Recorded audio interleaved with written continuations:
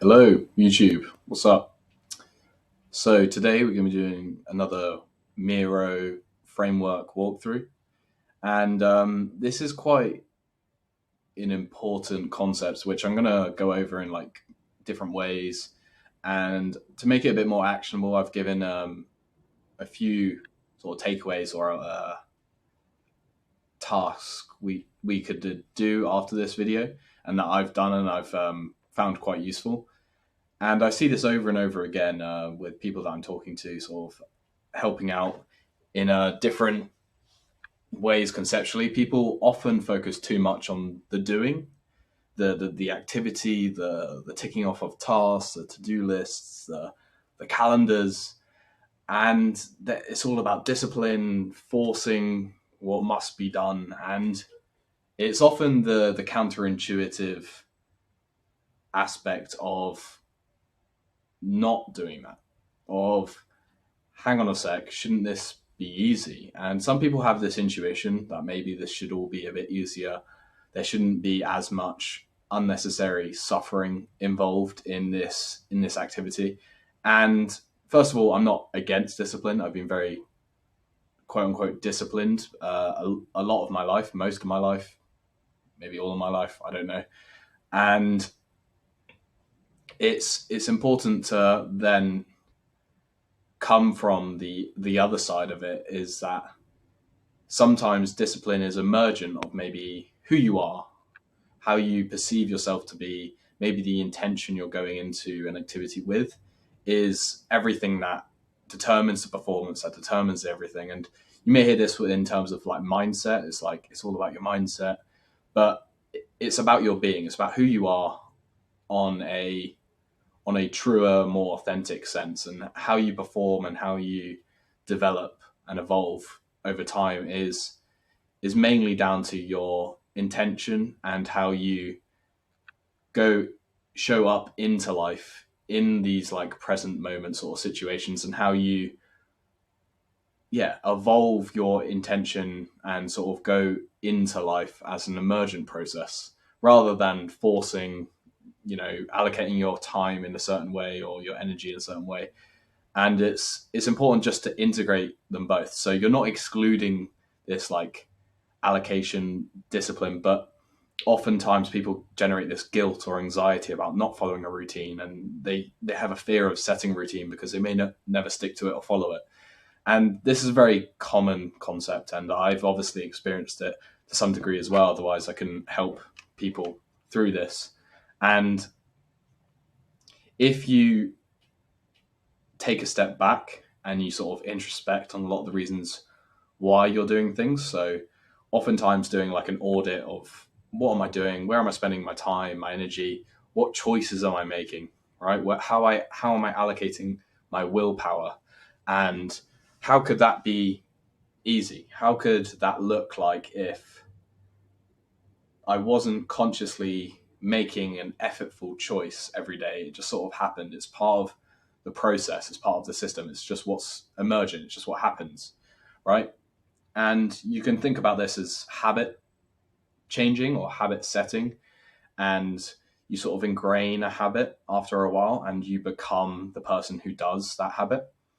But oftentimes to set that habit, so going from like 0 to 1, is I am now the person who does this habit, is actually the prerequisite. So it's the identity to do the habit. Okay. So that's the overall concept. We have one being, one multi-dimensional, multi-variable being in the present moment, and you can only do one thing. So what has more impact? These millions of variables of your being in the present moment, or just the one activity you're doing right now, the one focus that you're possibly, you know, allocating time, energy, choice.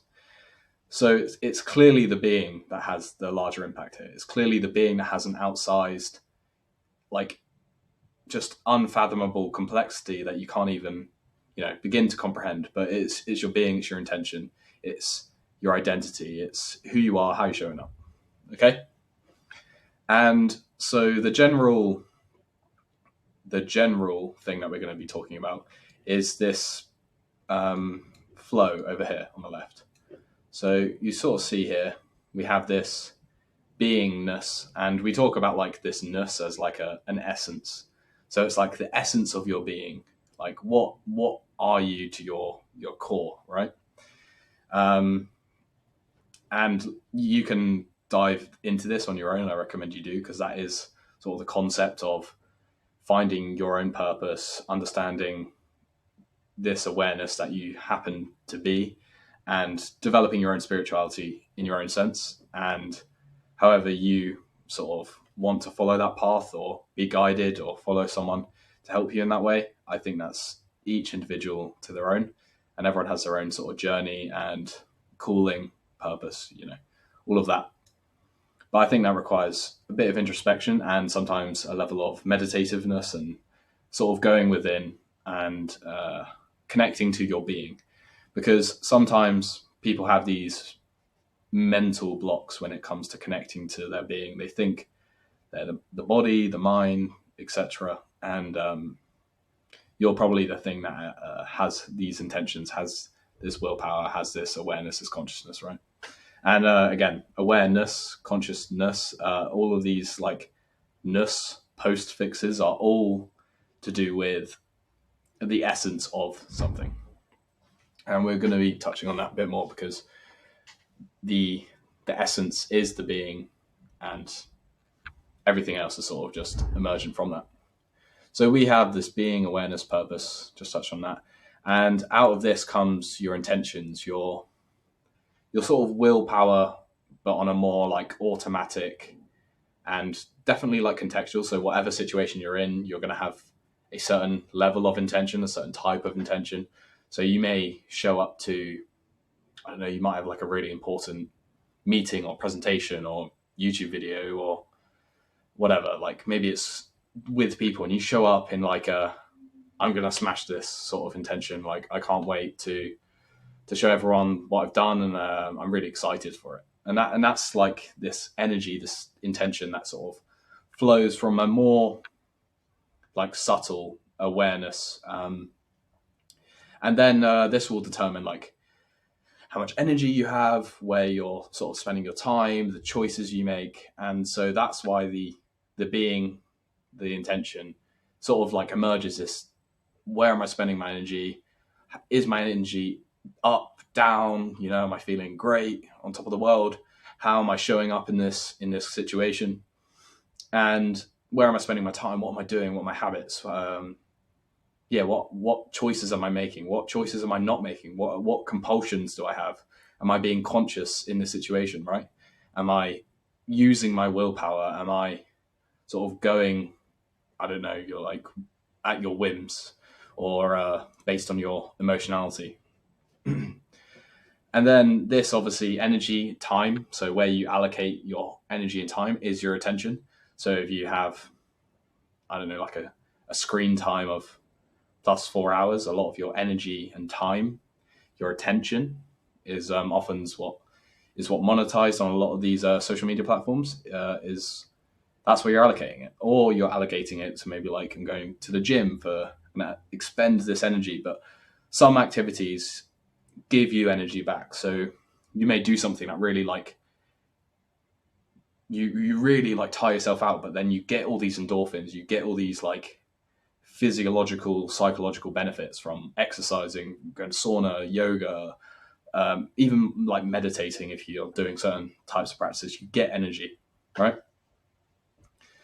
And so you start to see these things are like, they're all trickling down from this being. They're all sort of going from this overarching presence, intention, and then your energy, time, choice. They're all symptoms. They're all emergent. They obviously have an influence of their own, but everything higher up on this this flow, this being to doing flow, is very much emergent. And so with your attention, you can perceive certain things, you have certain beliefs, you think certain things, based on your experience. You feel certain things in your body, you have sensations, 5 senses, all that.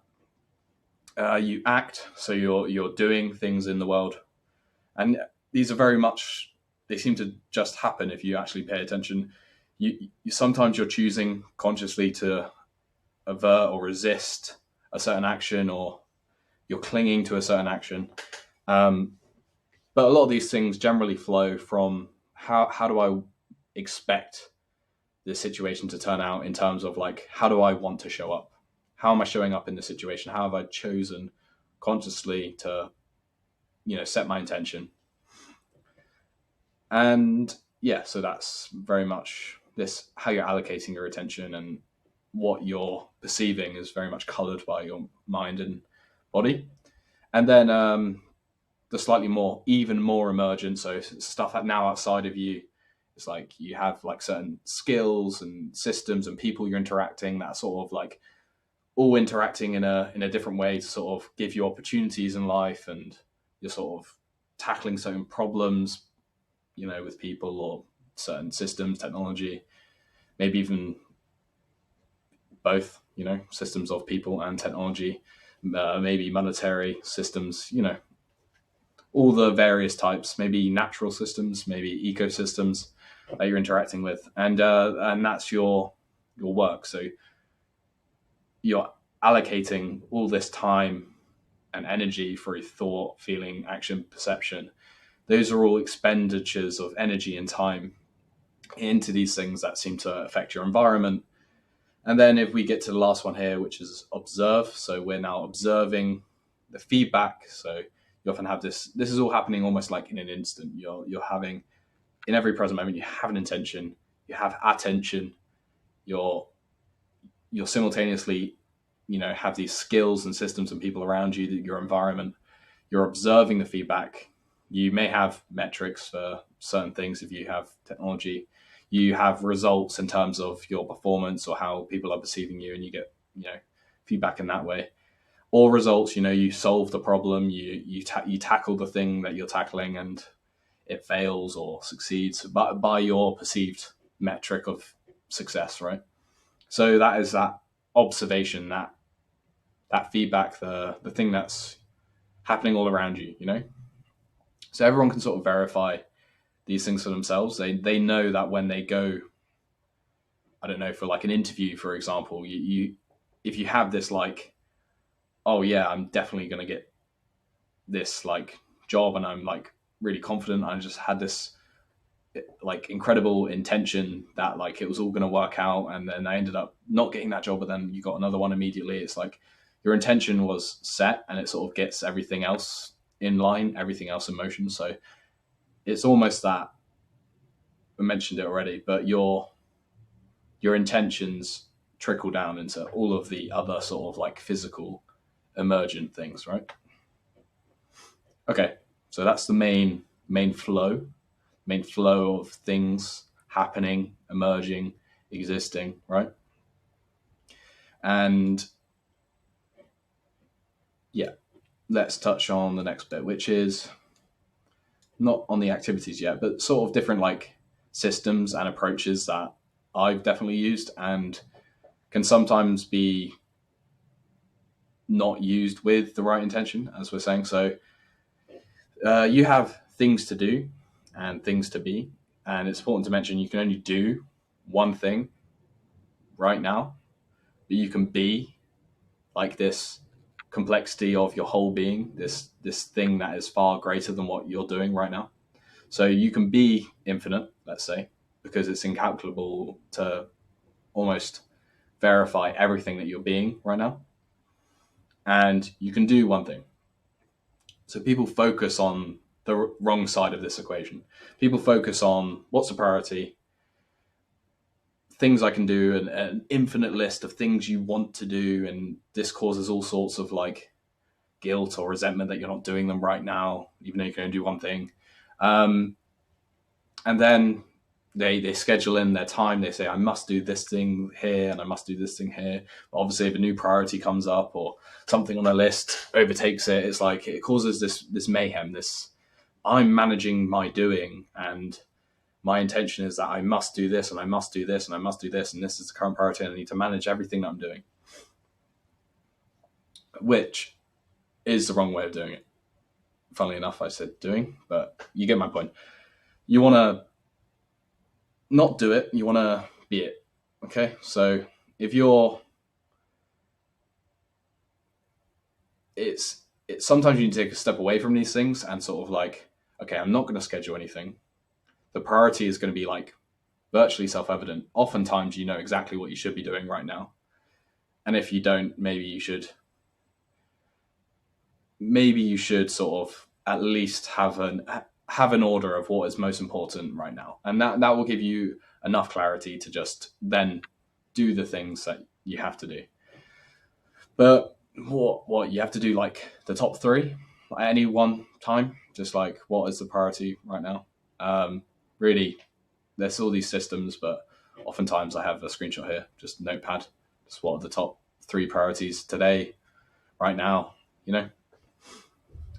And obviously I've done the whole scheduling, calendar thing. I have a whole Kanban board of different things, sort of like as a backlog, that I can do if I'm focusing on that as a priority. And yeah, they're useful systems, but they don't really get to change. They don't really get to habit change.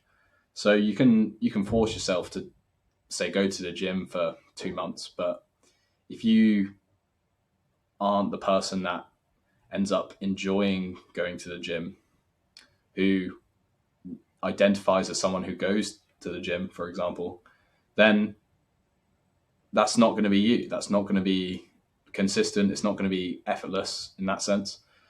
And yeah, you will struggle. Um, so let's get to a few activities now that we've sort of covered off the different ways you can manage your doing. But now we want to sort of revert into that being context. And it's important to know that being includes doing. Being, like, once you focus on your being, doing benefits as well. So it's like, okay, I'm going to, in a way, ignore doing by being, but then your doing is also immensely impacted. But if you just focus on doing, you ignore the actual, the sort of more powerful, potent aspect of this equation. Okay, so first, activity, reflection of life. So you have types of activity that you have and you will do. You will allocate certain amounts of your life to physical, intellectual, emotional, energy, or meditativeness, inner stillness. And you will spend a majority of your life doing one of these types of activities. And it's important to like reflect on, like, well, I probably want to do maybe a lot of physical activity. I want to do a lot of intellectual activity. I feel like a lot of my journey here is, to experience and feel things, and then a lot of emotional activity, a lot of energetic activity, Or maybe you want to be a monk and you want to spend 90% of your life sort of just being meditative, just being completely still, sort of going in those inner dimensions of complexity that we've talked about and discovering that for yourself, maybe finding a truer, more spiritual calling. And so the ask here, the activity, the practice here, is to simply reflect on what percentages. So assign each of these five a percentage of, like, maybe where you want to spend the rest of your life and what percentage. And that is going to determine a lot of, like, okay, I'm going to be the person who allocates 50% of my time to intellectual activity. I want to acknowledge my feelings and process certain things, and I know there will be a lot of emotional and energy sort of activity going on there. And I want to look after this body, this vessel. I'm going to do physical activity, and maybe determine meditativeness, inner stillness is like not super priority. Personally, is for me. I enjoy being meditative and sort of carrying that into other activities. It's these don't always happen exclusively. I mean, they don't happen exclusively. You're often doing a magnitude of these, simultaneously. So you can be doing physical, intellectual, meditative sort of activity. This being that you are, this complex being. It's just one abstraction I found useful for determining, what I want to prioritize in terms of how I'm showing up. and sort of simplifying a lot of that complexity, which I said is, your being is quite complex sometimes. And yeah, yeah. Let me know how you get on with that activity. It's really helpful and super impactful when you sort of clarify like how you want to live your life, how you want to show up, where your energy and time is going to be allocated, and how you feel like that changes who you are showing up as. Okay. Next activity is intentional. So I've done these like partitions, and I've like obviously filled in what I would do, but you could fill in here just some examples. So I did, how do I want to be? What do I want to do? And what do I want to like give? What do I want to like show up and give to the world? Maybe what is getting in the way? So different things from your conceptual understanding, false beliefs, emotional reactions, different things that aren't helping you. And then that strategy, which is often like simultaneously your worldview, your vision, how you want the world to be, how do you think you best get these outcomes, and how you'll start to notice that as soon as you set your intention. So like you want to be, maybe this is a virtue, maybe this is how you're showing up, but like you want to be free, whatever that means to you, this like sense of freedom. You want to feel free. You want to show up as that. You want to be happy. For example, this is very generic, like I want to be happy. And how do I be happy without having to do anything? And you get into like this sort of well-being feedback loop of like, well, do I really need anything outside of me to determine my happiness? And maybe if I'm letting things determine my happiness, I should reflect on that. So you fill out these, your being, what do you want to do? What do you want to give to the world? What's getting in the way between, your being and your giving? What are you possibly doing that's getting in the way? Or how are you not being? How are you not showing up that's possibly getting in the way? And yeah, your strategy, as we've discussed. So yeah, reflect. So we've reflected on our life, sort of the percentages of activity that we want to show up as, the intentional, the sort of starting at the being as a priority and working our way down into things that are maybe more emergent, more doing, more giving to the world, what's getting in the way, and strategy. Next one is routine. So we've now set the context, we've now set our intention, we've set our being, we've reflected, we've been intentional with how we want to be. And then, yeah, set a routine. So just quite simple, you could do this in your Google Calendar or whatever calendar you use. These are just some things I do. But yeah, effectively, you got your morning routine, you maybe got work or not.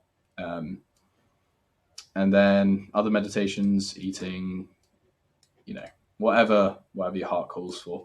But it's important to sort of set this knowing how you're going to be, how you're going to show up, because it's how you're showing up in each of these activities that will determine what you get out of life, what will determine how you evolve over time, how you change, etc., etc. And yeah, there's just different notes and themes you can have here. But yeah, start with your wake up time and maybe different routines for different types of days, work from home, work from office. Yeah, like meditation, workout, deep work, meetings. Yeah, whatever you want. Second, meditation, reading, social. Yeah, you get the idea. You set these, make sure you clarify the times, even time box them like I've done in this, which is calendar. Not familiar? I'm sure you are. And yeah, that's it. That's the sort of mental model framework. A few different actionable things we can do here, sort of help. But it's really important that we sort of ingrain this idea. And I hope it helps. Let me know if you need a hand with any of this or any clarification. But yeah, thanks for watching. Catch you next time.